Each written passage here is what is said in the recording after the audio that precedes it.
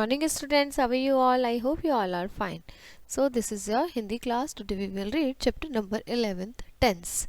बेटा जिसे बोलते हैं काल, क्रिया के जिस रूप से उसके होने के समय का बोध होता है उसे कहते हैं काल। काल के बेटा तीन प्रकार होते हैं, वर्तमान काल, भूतकाल और भविष्यत काल।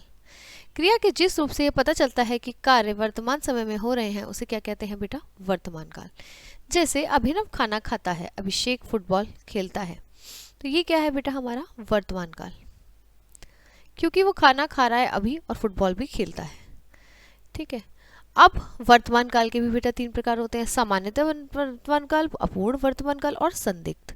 सामान्य में क्या होगा? क्रिया के जिस रूप से कार्य के वर्तमान समय में होने का बोध होता है उसे सामान्य कहते हैं। जैसे अनुराधा किताब पढ़ती है, विक्रम हंसता है, वाक्य के अंत में ता है, ती है, तू है, ते है तो आदि शब्द आते हैं, तो हमारा क्या होगा? सामान्य वर्तमान काल।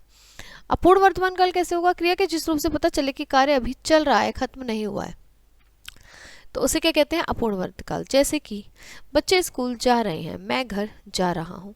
पहचान क्या है? वाक्य के अंत में रहा है, रही है, रही है, रहे हैं, रहूं है। ठीक है, तो ये शब्द आते हैं तो रहा हूँ जैसे शब्द आते हैं तो अपूर्ण वर्तमान काल होता है, जिसमें कार्य अभी चल रहा है और खत्म नहीं हुआ है। जैसे वो स्कूल जा रहे हैं और मैं घर जा रहा हूँ। अब संदिग्ध क्या होगा? संदिग्ध में क्या है कि कार्य होने का संदेह हो, बोध हो, उसे सकते हैं संदिग्ध वर्तमान काल। जैसे इस समय कार्यालय बंद होगा। ठीक है, हमने ऐसा सोचा कि इस समय बैंक बंद होगा, इस समय कार्यालय बंद होगा। माँ मेरा इंतजार करती होगी, माँ इंतजार कर रही होगी, श्योर नहीं है बट पॉसिबिलिटी है कि हाँ कर ही रही होगी। तो वाक्य के अंत में होंगे, होगा, होगी आते हैं, तो वो होता है हमारा संदिग्ध वर्तमान काल। अब आते हैं हमारे भूतकाल। क्रिया के जिस रूप से कार्य के पूर्ण होने का बोध होता है उसे कहते हैं भूतकाल की क्रिया। जैसे सामान्य भूतकाल, आसन्न भूतकाल, पूर्ण भूतकाल, अपूर्ण भूतकाल, संदिग्ध भूतकाल, हेतुमत भूतकाल। तो ये हो गए हमारे भूतकाल के भेद। ठीक है बेटा, अब भूतकाल में भी हम भेदों को पढ़ते हैं। आइए, सामान्य भूतकाल में बेटा क्या होगा? क्रिया के सामान्य रूप में भूतकाल होने पर उस क्रिया को सामान्य भूतकाल की क्रिया कहते हैं। सामान्य भूतकाल की क्रिया में इसके पूर्ण होने का पता नहीं चलता। जैसे राष्ट्रपति ने वीर बालक बालिकाओं को पुरस्कार दिए, छात्राओं ने सुंदर नृत्य किया। उसके बाद आता है बेटा आसन्न भूतकाल। क्रिया के तुरंत पूर्ण होने को आसन्न भूतकाल कहते हैं। जैसे सामान्य भूतकाल की क्रियाओं के साथ हूँ, हैं, हो लगाकर आसन्न भूतकाल की क्रिया बनाते हैं। जैसे नेताजी ने विद्यार्थियों के समक्ष भाषण दिया है, नेहा कहाँ से आई हो। ठीक है बेटा, उसके बाद आता है हमारा पूर्ण भूतकाल। जो क्रिया बहुत पहले समाप्त हो चुकी है उसे पूर्ण भूतकाल क्रिया कहते हैं। जैसे इसके अंत में था, ही, थी, थे, विराट क्रिकेट खेलने गया था, माताजी ने पनीर बनाया था, मम्मी ने पराठे बनाए थे। ठीक है बेटा, अपूर्ण भूतकाल। जो क्रिया भूतकाल में आरंभ होकर समाप्त ना हुई हो उसे कहते हैं हम अपूर्ण भूतकाल क्रिया। जैसे कि पुलकित पढ़ रहा था, अध्यापिका समझा रही थी। फिर आता है संदिग्ध भूतकाल। जिस क्रिया के भूतकाल में पूरा होने में संदेह हो उसे कहते हैं संदिग्ध। जैसे प्रधानमंत्री ने भाषण दिया होगा, दे दिया होगा, राधा रेलगाड़ी में बैठ चुकी होगी।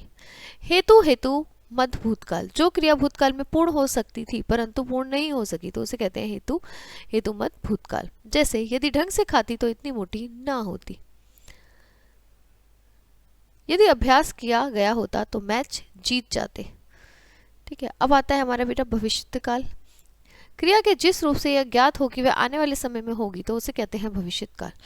भविष्य काल के भी तीन भेद होते हैं, सामान्य भविष्य, संभाव्य भविष्य और हेतुमत भविष्य। सामान्य भविष्य काल में क्या होगा? भविष्य काल में क्रिया के सामान्य रूप में होने को सामान्य भविष्य काल की क्रिया कहते हैं। जैसे मोहन समाचार पत्र पढ़ेगा, मैं दिल्ली जाऊंगा। संभाव्य भविष्य काल, भविष्य काल में होने वाली क्रिया की संभावना या इच्छा को संभाव्य भविष्य काल की क्रिया कहते हैं। शायद विद्यालय कल बंद रहे, शायद बिजली आ जाए। हेतुमत भविष्य काल। जब एक क्रिया दूसरी क्रिया पर निर्भर होती है तो उसे हेतुमत भविष्य काल की क्रिया कहते हैं।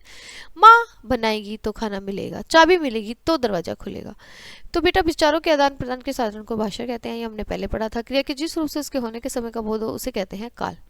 काल तीन प्रकार के होते हैं, वर्तमान काल, भूतकाल और भविष्य काल मेनली। ठीक है बेटा, तो ये हमने पढ़ा काल, जिसको हम इंग्लिश में कैसे पढ़ते हैं बेटा? Tense, past tense, present tense, future tense. ऐसे ही हिंदी में क्या होता है? काल, चलिए ये आपका चैप्टर यहीं पे फिनिश होता है। अब आपको मिलते हैं नेक्स्ट चैप्टर में, तब तक के लिए bye bye, have a nice day students, do practice of काल। ठीक है।